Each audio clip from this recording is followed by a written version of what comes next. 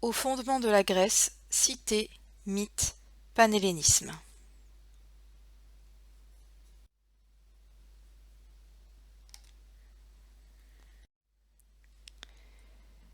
La Grèce antique n'est pas un pays mais un ensemble de petites cités-États indépendantes les unes des autres. Elles sont souvent en guerre les unes contre les autres mais ont conscience d'appartenir à une même civilisation. Cette civilisation s'appuie sur le modèle de la cité-État.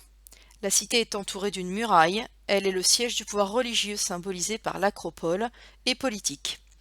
Elle exerce sa domination sur la campagne qui l'entoure. La population de la cité-État est sédentaire et s'est spécialisée dans différents métiers. Cette société est hiérarchisée selon la richesse, mais aussi les services rendus à la cité dans les domaines politiques et militaires. On retrouve également une architecture commune à l'ensemble des cités grecques, notamment les temples et les théâtres.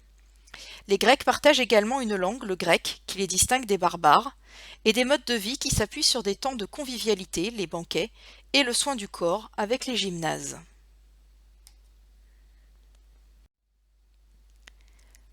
L'hoplite est le symbole du citoyen.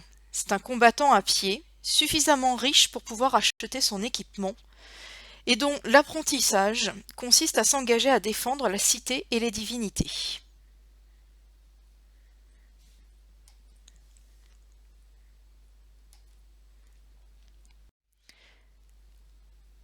Le modèle de la cité-État est développé tout autour de la Méditerranée par l'intermédiaire de la colonisation.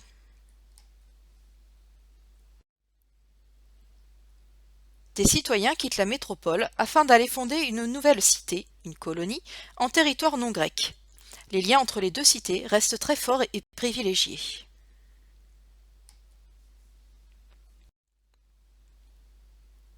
Les Grecs sont polythéistes. Ils partagent le même panthéon des dieux, c'est-à-dire la même famille.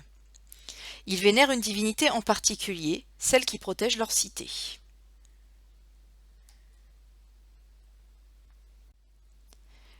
La religion des Grecs s'appuie sur des mythes.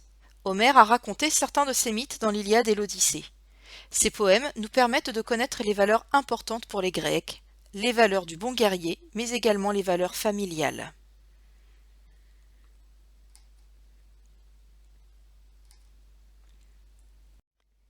Les Grecs ont conscience d'appartenir à une même communauté, et ils ont la volonté de se retrouver dans certains sanctuaires communs à tous les Grecs, comme le sanctuaire de Delphes, ou lors de certaines manifestations, comme les Jeux olympiques.